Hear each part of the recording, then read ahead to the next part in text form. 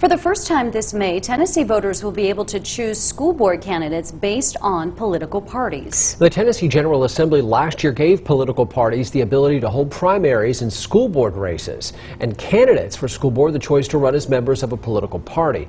And that's prompted a very different response from the two people who lead the main political parties in Tennessee. From the head of the Tennessee Republican Party, it gives people choice. From the head of the Tennessee Democratic Party, it's a disastrous decision to make school board races partisan.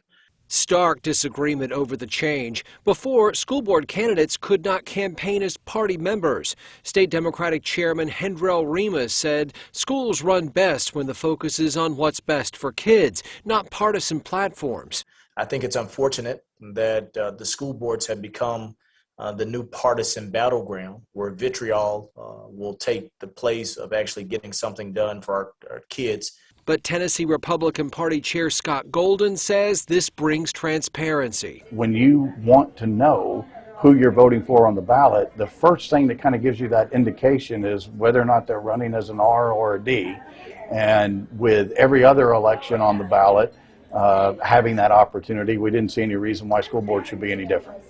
Candidates don't have to declare their party affiliation, and county parties don't have to hold primaries. But most local Republican parties have responded by calling for primaries. And if Republicans are to hold a partisan primary, then it would only benefit us to do the same and to put our name on the ballot and to stand up for those democratic values that we believe in. This is political. Make no mistake. It's just not been partisan political. So it's about time that we injected the ability for people to have a right and say what happens in their local school board. Remus says in Republican-dominant areas like Northeast Tennessee, Democrats will have to fight for votes. But long-term, I think it's going to come back to bite them.